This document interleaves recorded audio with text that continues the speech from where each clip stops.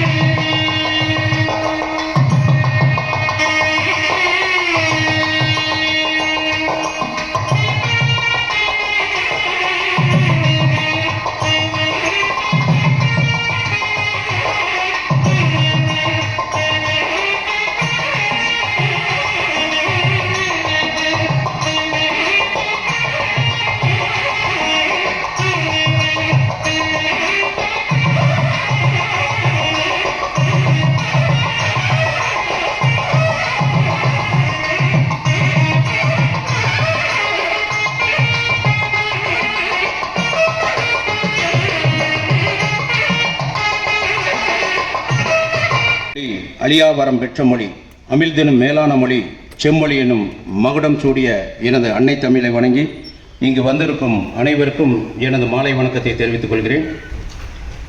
கடந்த 5 ஆண்டுகளில் இந்தியாவை வியக்கும் அளவிற்கு மிக சிறப்பாக ஆட்சியை கொடுத்து கொண்டிருக்கும் திராவிட மாடல் அரசு நம் மருத்துவத்துறையில் நம்பர் 1 மாநிலமாக இருப்பதற்கு பல நல்ல திட்டங்களை கொண்டு வந்த தமிழக முதல்வர் அவர்களுக்கும் துணை முதல்வர்களுக்கும் மனமார்ந்த நன்றியை தெரிவித்துக் கொள்கிறோம்.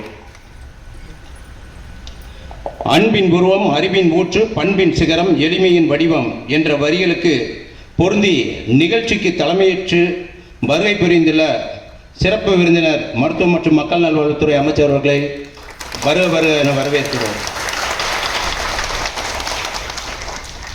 எண்ணங்கள் தான் நம் வாழ்வை மாற்றும் வண்ணங்கள்.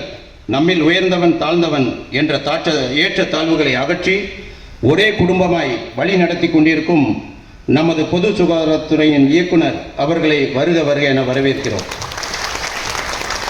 தேடல்களை தேடி திரிந்து வழிகாட்டிகளின் தோழமை கொண்டு மருத்துவ துறையில் சிறப்பாக பணியாற்றி வரும் தமிழ்நாட்டின் தூண்களான என்னுடன் பணியாற்றி கொண்டு இருக்கும் எனது அருமை தோழர் மற்றும் தோழிகள் அனைவரையும் வருக என மகிழ்வுடன் வரவேற்கின்றேன்.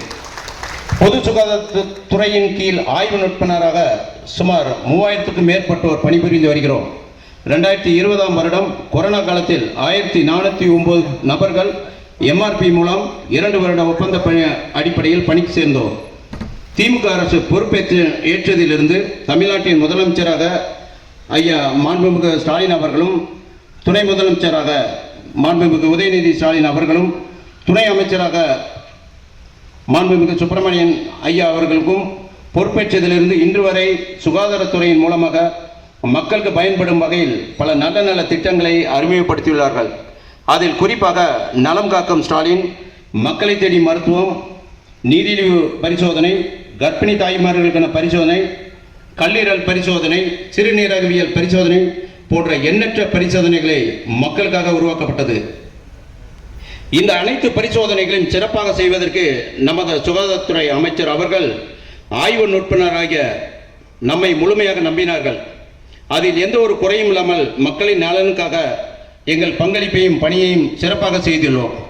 இதற்கு முன்னர் ஆய்வு நுட்பனராகிய நாங்கள் பணிபுரியும் ஒவ்வொரு மருத்துவமனையில் மட்டுமே எங்களது அடையாளமாக இருந்தோம். எங்களது ஆய்வு நுட்பர்களின் புனிதமான தொழிலை நமது மாண்புமிகு முதல்வர் அவர்களும் சுகாதாரத்துறை அமைச்சர் அவர்களும் மக்களுக்காக கொண்டு வந்த நல்ல திட்டங்களில் எங்களது பணியை மக்களிடையே நேரடியாக சென்று மக்களுக்கு பரிசோதனை செய்யும் திட்டத்தின் மூலம் எங்களுக்கும் மக்களுக்கும் ஒரு நட்பை உருவாக்கி கொடுத்ததில் நாங்கள் மிகவும் பெருமகிழ்ச்சி அடைகிறோம். மருத்துவத்துறையில் ஒரு புரட்சியாக பரிசோதனை ஆய்வகங்களை நோயாளிகளுக்கு நேரடியாக பரிசோதனை முடிவுகளையும் ஒவ்வொரு நோயாளியின் வாட்ஸ்அப் மூலமாக உடனே அவர்கள் மருத்துவரை நேரடியாக சந்திக்கும் முறையான கணினி செயலியை மக்களுக்கு கொண்டு வந்ததும் நமது திமுக அரசு தான். கொரோனா காலத்தில் 1409 ஆய்வு நுட்பர்கள் பணிக்கு சேர்ந்து 2 வருட ஒப்பந்த காலத்தில் 8000 சம்பளத்தில் பணிக்கு சேர்ந்தோம். நாங்கள் பணிக்கு சேரும்போது எங்களது வயது 40க்கு மேல்தான். நாங்கள் பணிக்கு சேர்ந்தோம். எங்கள் சங்கம் மூலம் எந்த ஒரு ஆர்ப்பாட்டமும் போராட்டமும் நடத்தாமல் ஒவ்வொரு தடவையும் அமைச்சரை நேரில் சந்தித்தும் மனுக்கள் மூலமாகவும் தங்களிடம் எங்களது குறைகளையும் எங்களது குடும்ப பொருளாதார சூழ்நிலையும் எடுத்துரைத்து ஒவ்வொரு வருடமும் காலி பணியிடங்களை உருவாக்கி இதுவரை 1409 நபர்களின் பணி நிரந்தரம் பெற்றுள்ளது என்பது மிகவும் பெருமைக்குரிய விஷயம். 2024 300 ஆய்வு உறுப்பினர்களுக்கு ஒப்பந்த அடிப்படையில் பணி வாய்ப்பு வழங்கியது. வருடம் ஆய்வு உறுப்பினருக்கான கலந்தாய்வு நடத்தியது. 10 வருடத்திற்கு மேலாக பணியில் உள்ளவர்களுக்கு சுகாதார ஆய்வாளர் நிலை 65 ஆய்வு உறுப்பினர்களுக்கு வழங்கியது. 5 வருடத்திற்கு மேலாக நிலை 3 இருந்து பணிபுரிந்த 122 ஆய்வு உறுப்பினர்களுக்கு நிலை 2 ஆக பதவி உயர்வு வழங்கியது. 2024 உள்ள ஆய்வு உறுப்பினர்களுக்கு பணி நியமனை வழங்குவது பற்றி ஆலோசனை செய்தது போன்ற காரணங்களுக்காக தான் இந்த பாராட்டு விழா நடத்த ஆசைப்பட்டோம். மருத்துவத்துறையில் தேர்தல் தேதி அறிவிப்பதற்கு முன் போராட்டம் நடத்தினால் அரசு கண்டிப்பாக எதையாவது நல்லது செய்ய மாட்டார்கள் என்று அனைத்து துறையும் போராட்டம் மற்றும் உண்ணாவிரதம் நடத்தினார்கள். ஆனால் ஆய்வு நுட்பத்தில் நாங்கள் எந்த ஒரு போராட்டமும் இல்லாமல் எங்களது கோரிக்கையை இந்த நன்றி விழாவில் முன்வைக்கிறோம். அரசு அந்த கோரிக்கையை கவனத்தில் கொள்ள வேண்டும் என ஆசைப்படுகிறோம். ஞானத்தில் பிறப்பது அறிவருவி, கல்லில் எழுந்தது கலையருவி, சொல்லில் வருவது சுவையருவி, கம்பன் பொழிந்தது தமிழருவி. தமிழ் அன்னையும் தமிழின் தொன்மையும் பேச்சின் தன்மையும் என் மூச்சில் இருக்கும் உண்மையும் துணையாக கொண்டு வெற்றியோ தோல்வியோ எதுவரினும் கடமையை செய்வோம் என்று பேச வாய்ப்பளித்து பேசவிட்டு அமைதி காத்து ஒத்துழைத்த அத்தனை பேரையும் சிரம் தாழ்ந்து வணங்குவதே நல்ல பழக்கம், அதுவே எனது வழக்கம் என்று பேசி முடிக்கிறேன். நன்றி, வணக்கம்.